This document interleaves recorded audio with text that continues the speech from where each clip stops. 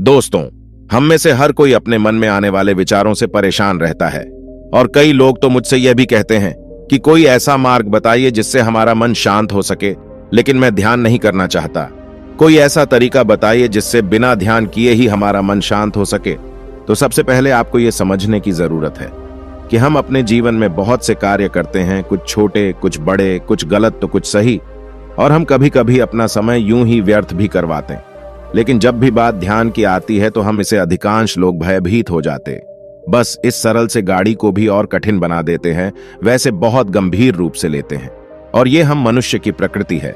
हम किसी भी सरल और आसानी कार्य बहुत कठिन और मुश्किल बना देते, और हम में से अधिकांश लोग तो अपने सभी कार्यों को पूरा कर लेना चाहते हैं, और वो भी बिना कर्म किए। उन्हें तो ऐसे मार्ग चाहिए जिस पर बिना कर्म किए उनके सारे स्वार्थ सिद्ध हो जाए, और अपने इन्हीं कार्यों की सिद्धि के लिए वह तरह तरह के उपाय भी अपनाते हैं। वह तरह तरह के ढोंगी बाबाओं के पास भी जाते हैं ताकि उनके कार्य सफल हो सके और उन्हें कुछ करना भी ना पड़े। और यही कारण है कि इस प्रकार के मनुष्य कभी अपने जीवन में कुछ हासिल नहीं कर पाती, क्योंकि वह तो दूसरों पर निर्भर होते हैं। उन्हें तो अपने कार्य बिना कर्म किए ही पूरे करने हैं, लेकिन वो ये भूल जाते हैं कि बिना कर्म के आपके कोई भी कार्य संभव नहीं है। और रही बात ध्यान की, तो ध्यान किए बिना आप अपने मन को कैसे शांत कर सकते हैं? किसी भी चीज को नियंत्रित करने के लिए पहले उसकी प्रकृति को समझना होता है। इस पृथ्वी पर हर जीव, हर प्राणी की अपनी अपनी प्रकृति है। हर चीज अपने हिसाब से कार्य करती है। हम मनुष्य की भी अलग अलग प्रकृति है, और हमारी अलग अलग प्रकृति ओके होने का कारण और कोई नहीं बल्कि हमारा मन ही है। हमें लगता है कि सारे गंदे कार्य, सारी गलत कार्य हमारा मन ही हमसे करवाता है, और हम अपने मन को दोषी समझते रहते हैं। लेकिन वास्तविकता तो कुछ और ही है। वास्तविकता तो ये है कि हमारे मन से निर्दोष और कोई नहीं। हम सोचते हैं ये हमारे मन को दोष देने से हमारा मन हल्का हो जाएगा और हमें पाप से मुक्ति मिल जाएगी, लेकिन ऐसा संभव नहीं, क्योंकि ऐसा करने से ना तो आपके पाप कम होंगे और ना ही आपके मन को शांति मिलेगी। हमारा मन हमारी मृत्यु के साथ ही समाप्त हो जाएगा, लेकिन हमारे द्वारा किए गए कर्मों के जिम्मेदार तो हम ही होंगे। हमारा मन तो एक अद्भुत शक्ति है जिसका उपयोग हमें करना होता है। यदि आप इसका सही इस्तेमाल करेंगे तो ये आपको बुद्धत्व की ऊंचाइयों तक ले जा सकता है, और वहीं पर यदि आप इसका गलत इस्तेमाल करेंगे तो यह आपको शैतान भी बना सकता है। परंतु फिर भी ये ना तो आपको बुद्ध की ओर ले जाता है और ना ही आपको शैतान की ओर ले जाता है, क्योंकि इसका तो कुछ अपना है ही नहीं। सब कुछ तो हमारा है, हम ही इसके मालिक है, और हमारे होने से ही ये है। क्या आपने कभी यह अनुभव किया है कि जब भी हम अच्छा कार्य कर रहे होते हैं तब हमारे मन से एक आवाज आती है कि वाह, तुम बहुत अच्छा कार्य कर रहे हो, और उसके लिए हम प्रसन्न भी होते। लेकिन उसी के विपरीत जब हम कोई बुरा कार्य कर रहे होते हैं तब भी हमारा अंतर्मन हमें आवाज देता है और कहता है कि यह बुरा कार्य है, इसे मत करो। लेकिन फिर भी हम नहीं रुकते, हम उस कार्य को करते चले जाते हैं, और आखिर में हमें पछतावा होता है। हमें तो सब कुछ पता है, हमें सब कुछ ज्ञात है, उसके बावजूद हम इस प्रकार की गलतियां कर रहे हैं और दोष हमारे मन को देते हैं। तो चलिए इसे एक बौद्ध कहानी के माध्यम से समझते हैं कि किस प्रकार आप अपने मन को शांत कर सकते। बहुत समय पहले की बात है। एक नगर में एक युवक रहता था जो अपने मन को शांत करना चाहता था। वह अपने मन पर नियंत्रण पाना चाहता था, लेकिन वो ध्यान नहीं करना चाहता था। वह अपनी समस्या और समाधान के लिए बहुत सारे ज्ञानी व्यक्तियों से भी मिला था, और उन्होंने जो भी उपाय उसे बताए थे उससे वो सारे उपाय करके देख लिया, लेकिन उसे कोई लाभ न मिला। कईयों ने तो उसे मन को शांत करने के लिए मंत्र भी दिए, लेकिन उन मंत्रों से भी उस व्यक्ति को कोई लाभ नहीं मिला, जिस कारण वो बहुत परेशान रहने लगा, बहुत चिंतित रहने लगा, और उसका मन अब पहले से भी ज्यादा बेचैन होने लगा था। तभी उसे one दिन एक बौद्ध भिक्षु के बारे में पता चला। उसने सुना कि वो बौद्ध भिक्षु सभी की समस्याओं का हल करते। उनके पास जो कोई भी अपनी समस्या लेकर जाता है वो कभी खाली हाथ नहीं लौटता। लेकिन उनके समझाने का तरीका थोड़ा सा अलग है। उन बौद्ध भिक्षु के बारे में यह सुनकर और युवक उन बौद्ध भिक्षु से मिलने के लिए बेताब हो उठा। उसने तय किया कि वह उन बौद्ध भिक्षु से मिलने जरूर जाएगा। उसने करीब 3 दिनों की लंबी यात्रा की, ऊंची ऊंची पहाड़ियां चढ़ी, जंगलों को पार किया, और आखिरकार वह उन बौद्ध भिक्षु के आश्रम जा पहुंचा। वहां जाकर उस युवक ने उन बौद्ध भिक्षु को प्रणाम किया और कहने लगा, हे गुरु है, मेरा मन बहुत बेचैन रहता है। मैं इसे शांत करना चाहता हूँ। इसके कारण मेरे जीवन में कोई शांति नहीं बची। कृपया करके मुझे कोई ऐसा मार्ग बताए जिससे मैं अपने मन को शांत कर सकूं। लेकिन मैं ध्यान नहीं कर सकता, अर्थात कि मुझे ध्यान भी ना करना पड़े और मेरा मन भी शांत हो जाए। उसी वक्त की ये सारी बातें सुनकर वह बौद्ध भिक्षु मुस्कुराने लगे और उस युवक से कहते हैं, भांति ये तो बड़ा ही आसान है। मन को शांत करना कोई बहुत बड़ी बात नहीं है। ये तुम्हारा मन है, तुम जैसा चाहो इससे कार्य करवा सकते हो। आखिर है तो ये हमारा गुलाम ही। तुम एक काम करो, आज के दिन तुम आश्रम में ही रुक जाओ और कल सुबह मेरे पास आना। कल सुबह मैं तुम्हें 2 ऐसे मंत्र दूंगा जिससे तुम्हारा मन शांत हो जाएगा। उन बौद्ध भिक्षु के मुख से यह सुनकर वो युवक बहुत प्रसन्न हो गया। उसे लगने लगा कि लगता है मुझे मेरी समस्या का समाधान अब मिल ही जाएगा। वो खुशी खुशी रात भर उस आश्रम में रुक गया, लेकिन रात भर उसे नींद नहीं आई। वो रात भर केवल यही सोचता रहा कि आखिर वो कौन से 2 मंत्र है जिससे मेरा मन भी शांत हो जाएगा और मेरे सालों की समस्या भी हमेशा हमेशा के लिए खत्म हो जाएगी। उसकी खुशी का कोई ठिकाना नहीं था, जिसके कारण वो रात भर सो नहीं पाया और सुबह होते ही वह उन बौद्ध भिक्षु के पास पहुंचा और कहने लगा, हे गुरुवर, कल आपने मुझसे कहा था कि मुझे सुबह मिलना। मैं तुम्हारे मन को शांत करने के लिए 2 ऐसे मंत्र दूंगा जिससे तुम्हारा मन शांत हो जाएगा। उस युवक की अब बात सुनकर वो बौद्ध भिक्षु उस युवक से कहते, अवश्य, मैं तुम्हें वह 2 मंत्र अवश्य दूंगा, लेकिन कुछ समय के बाद। इतना कहकर उन बौद्ध भिक्षु ने उस युवक को बैलगाड़ी पर बैठा दिया और खुद भी बैलगाड़ी पर बैठ गए और अपने कुछ शिष्यों से अनाज की कुछ बोरियां उस बैलगाड़ी पर रखवा दी। उसके बाद वो बौद्ध भिक्षु उस युवक से कहते हैं, भंते, इस बैलगाड़ी को हाँको और आगे लेकर चलो। मैं तुम्हें आगे का रास्ता बताता रहूंगा, क्योंकि हमें अपनी मंजिल पर जल्द से जल्द पहुंचना है और वहीं पर मैं तुम्हें तुम्हारा मंत्र भी दे दूंगा। उन बौद्ध भिक्षु की आवाज सुनकर उस युवक ने बैलगाड़ी हाँकने शुरू की, पर धीरे धीरे बैलगाड़ी आगे लेकर चल रहा था। रास्ता बहुत खराब था, जगह जगह पर खड़े थे, लेकिन जैसे तैसे वह युवक उस पहल गाड़ी को हाथ था हुआ आगे लेकर मंजिल तक पहुंच ही गया। देखते ही देखते दोपहर का समय हो चुका था। तभी वो बौद्ध भिक्षु उस युवक को लेकर एक कमरे के भीतर गए। उस कमरे में उन बौद्ध भिक्षुओं के करीब 500 शिष्य थे जो शोर मचा रहे थे, चिल्ला रहे थे। तभी उन बौद्ध भिक्षु ने उस युवक के कान में चिल्लाते हुए कहा, सुनो, मेरा वहां पर एक शिष्य खड़ा है, तुम उसके पास जाओ और उसी का हो कि मैं अनाज की बोरियां ले आया हूं, और फिर वो जो कुछ भी कहेगा वो मुझे आकर तुम बता देना। उस युवक ने उन बौद्ध भिक्षु की बात मान ली। वह उस शिष्य के पास पहुंचा और जोर से चिल्लाकर कहने लगा, हे मित्र गुरुदेव, अनाज की बोरियां ले आए हैं। लेकिन ऐसा प्रतीत हो रहा था कि मानो उससे तक उसकी आवाज पहुंच ही नहीं रही। लेकिन उसी से ने उस युवक को देख लिया था और वह उनसे कुछ कह रहा था, लेकिन वो समझ नहीं पा रहा था। तभी उस युवक ने एक बार फिर से जोर से चिल्लाकर कहा, मित्र गुरुदेव, अनाज की बोरियां ले आए हैं। एक बार फिर से उस शिष्य ने उस युवक से कुछ कहा, लेकिन वो उससे की बात समझ नहीं सका। तब उस युवक ने शिष्य के मुख को देखकर यह समझने की कोशिश की कि आखिर वह क्या कहना चाहता है, और उस शिष्य के मुख को पढ़ने के बाद उस युवक को ऐसा प्रतीत हो रहा था मानव शिष्य कह रहा हो, अनाज की बोरियां उठाकर फेंक दो और यहां से वापस लौट जाओ। वह युवक तुरंत ही उन गुरु के पास लौटा और जोर से चिल्लाते हुए कहा, हे गुरुदेव, मैं उनकी बात समझ नहीं पा रहा। वो कुछ कह तो रहे हैं, लेकिन मैं उनकी बात समझ नहीं पा रहा। लेकिन मुझे ऐसा लगता है कि वह कह रहे हैं कि अनाज की बोरियां उठाकर फेंक दो। तभी उन बौद्ध भिक्षुओं ने सभी शिष्यों को शांत होने का आदेश दिया और वहां पर उपस्थित हर एक शिष्य उन बौद्ध भिक्षु की आवाज सुनकर एकदम शांत हो गया, मानो उस बड़े से कमरे में सन्नाटा छा गया। और वो युवक जिस शिष्य से पूछ रहा था, वह शिष्य अब भी कुछ कह रहा था। तभी उन बौद्ध भिक्षु ने उस युवक से कहा, सुनो, वो क्या कह रहा है। जब उस युवक ने ध्यान से सुना तो वह शिष्य कह रहा था, बुद्धम शरणम गच्छामि, धम्मम शरणम गच्छामि, संघम शरणम गच्छामि। यह सुनकर वो युवक उन बौद्ध भिक्षु से कहता है, हे गुरु, उनकी आवाज तो यहां तक आ रही है और वो भी साफ और स्पष्ट, आप भी तो सुन सकते हैं। इस बार वो बौद्ध भिक्षु उस युवक से कहते हैं, बनते, वो कब से यही तो कह रहा है और तुम मुझसे कह रहे थे कि वो कह रहा है कि अनाज की बोरियां उठाकर फेंक दो। तभी वो युवा कहता है, हे गुरु भाई, मैं उनकी बात कैसे समझ पाता। इस कमरे में इतना शोर था, लोग इतना चिल्ला रहे थे कि किसी की भी आवाज साफ है उस पर सुनाई ना दे। आखिर किसी की आवाज सुनने के लिए, उनकी बात समझने के लिए शांति तो चाहिए ही। इस बार वो बहुत भिक्षु उस युवक से कहते, तो फिर यहां पर शांति कैसे हुई? तभी वो युवक कहता है, हे गुरु हैं, आपके आदेश पर जब सब लोग शांत हो गए तो इस कमरे में मानो सन्नाटा सा छा गई। हर कोई यहां पर बिल्कुल शांत हो गया और सभी की आवाजें बिल्कुल साफ और स्पष्ट हो गईं।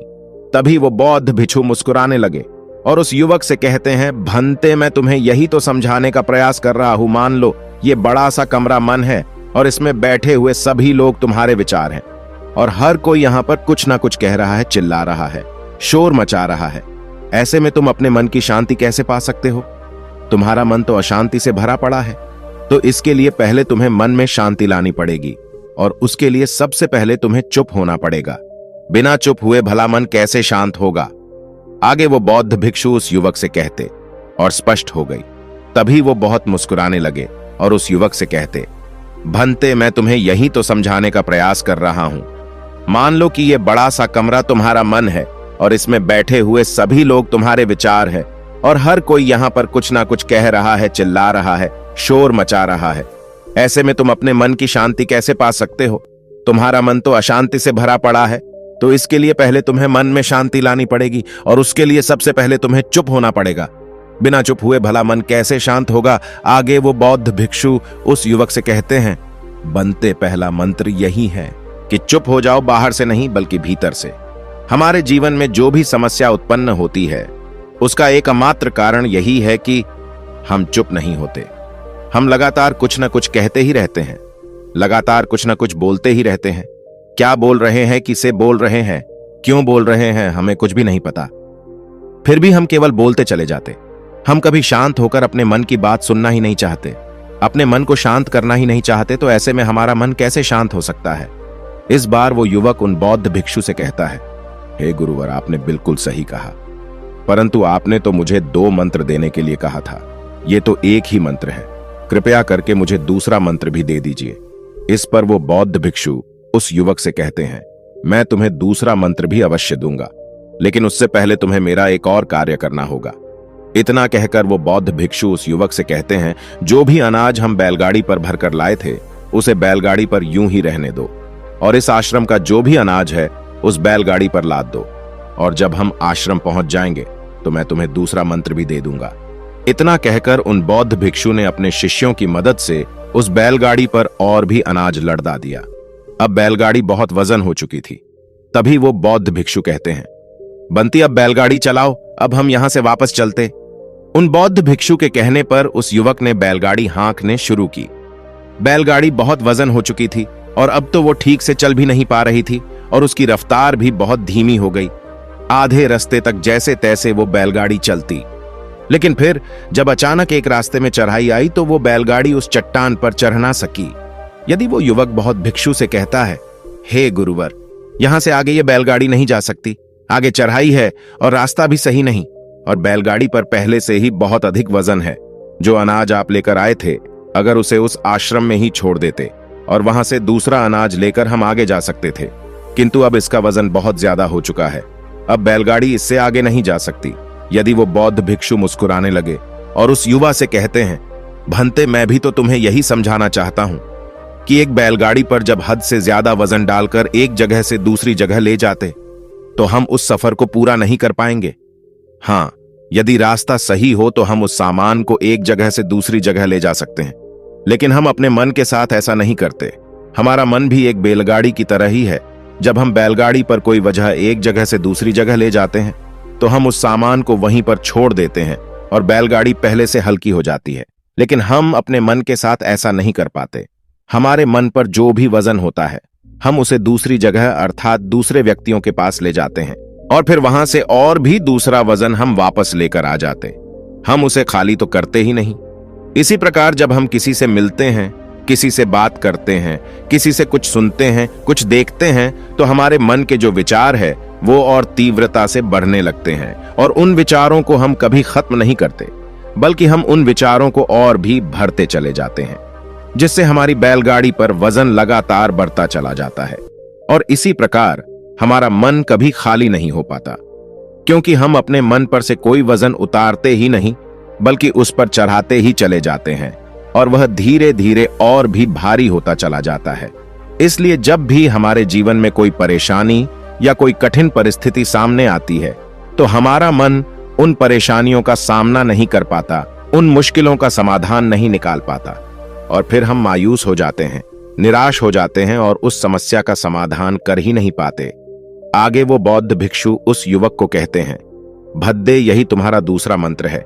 जब भी तुम कोई कार्य करो तो उस कार्य को जहां पूरा करो, उस कार्य को वहीं पर छोड़ दो, अर्थात उस विचार को अपने मन से निकाल दो, उसे अपने साथ लेकर मत घूमो, क्योंकि यदि तुम इस विचार को मन में रखोगे तो तुम्हारे मन का बोझ बढ़ता ही चला जाएगा और तुम्हारा मन अच्छी तरह से काम नहीं कर पाएगा।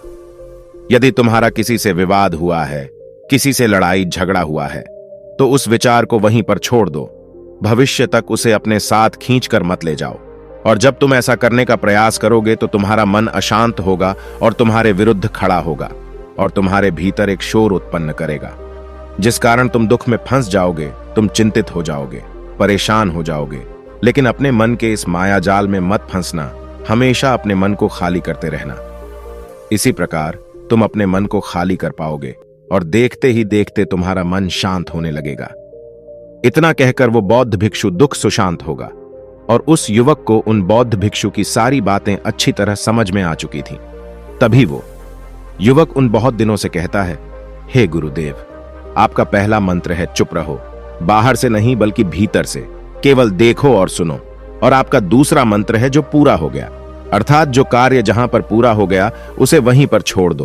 क्या ऐसा करने से बिना ज्ञान के मेरा मन नियंत्रित हो जाएगा? क्या मेरा मन शांत हो जाएगा? तभी वो बौद्ध भिक्षु उस युवक से कहते हैं, भंते, जैसे ही मन में शांति आती है, मन ध्यान से खुद ब खुद जुड़ जाता है, ध्यान खुद ही शुरू हो जाता है। तुम चाहे कान यहां से पकड़ो या फिर वहां से तुम चुप रहकर शांति को प्राप्त करो या फिर ध्यान करके चुप रहो, दोनों ही स्थिति में ध्यान तो होगा ही, क्योंकि जब मन शांत होता है, मन ध्यान से खुद ब खुद जुड़ जाता है। तुम चाहे कान यहां से पकड़ो या फिर वहां से तुम चुप रहकर शांति को प्राप्त करो या फिर ध्यान करके चुप रहो, दोनों ही स्थिति में ध्यान तो होगा ही, क्योंकि जब मन शांत होता है तो ध्यान अवश्य होता है। इतना कहकर वो बहुत दुख शांत हो गए और उस युवक को भी वो दोनों मंत्र अच्छी तरह से समझ में आ चुके थे। वह उन दोनों मंत्र को लेकर अपने घर लौट गया। दोस्तों, हमारे जीवन में भी बहुत अशांति है और उसका केवल एक ही कारण है कि हम अपने मन पर लगातार बोझ रख के चले जा रहे हैं। हम अपने मन की उस बोझ को उतारना नहीं चाहते, बल्कि उस बोझ को लगातार बढ़ाते जा रहे। ऐसे में हमारा मन थकता जा रहा है और ऐसे में हमारा मन उन कठिन परिस्थितियों का सामना कैसे कर पाएगा। एक तरफ जहां हमारे मन में पहले से ही शोर है, कोलाहल मचा हुआ है, वहीं पर दूसरी तरफ हम उस पे और भी बोझ लाते जा रहे हैं। ऐसे में हमारा मन भला कैसे सोच सकता है, कैसे समझ सकता है और कैसे शांति को प्राप्त हो सकता है? दिन भर हमें किसी न किसी प्रकार की चिंता लगी रहती है और हम शांति का अनुभव कर ही नहीं पाते। हमारा मन हमेशा दुविधा में रहता है। इसलिए जो कार्य आप कर रहे हैं, उस कार्य के विचार को वहीं पर छोड़ दें। ऐसा करने से आपके मन का बोझ लगातार हल्का होता जाएगा और आपका मन भी स्वस्थ और तंदुरुस्त महसूस कर पाएगा और किसी भी कार्य को पूरा करने में वो आपकी पूरी मदद करेगा। वो अपना पूरा योगदान देगा और आपका मन किसी भी कार्य में बड़ी आसानी से लग सकेगा। इसलिए छोटे छोटे लक्ष्य मत बनाइए, बड़े लक्ष्य रखिए और अपने मन को उस लक्ष्य पर लगाएं। आप देखेंगे कि आपका मन स्वयं ही उस लक्ष्य को प्राप्त करने के लिए आपकी पूरी मदद करेगा। फिर चाहे उस राह में कितनी भी कठिनाइयां, कितनी भी परेशानियां क्यों ना, ये वो उन्हें सुलझाने का उनका समाधान निकाल ही लेगा। दोस्तों, बिना ज्ञान के भी शांति प्राप्त की जा सकती है, लेकिन जैसे ही आप शांति प्राप्त करेंगे, आप ध्यान का अनुभव भी कर पाएंगे। वैसे आज के इस वीडियो से आपने क्या सीखा, वो मुझे कमेंट में जरूर बताएगा। इसी के साथ उम्मीद है कि आपको आज की यह वीडियो जरूर पसंद आई होगी, तो इस वीडियो को लाइक और अपने दोस्तों के साथ शेयर भी जरूर कीजिएगा और हमें ऐसे ही सपोर्ट करने के लिए चैनल को सब्सक्राइब और घंटी बटन को जरूर दबा दीजिएगा। तो चलिए फिर मिलते हैं एक और वीडियो में, तब तक के लिए अपना ख्याल रखें। धन्यवाद।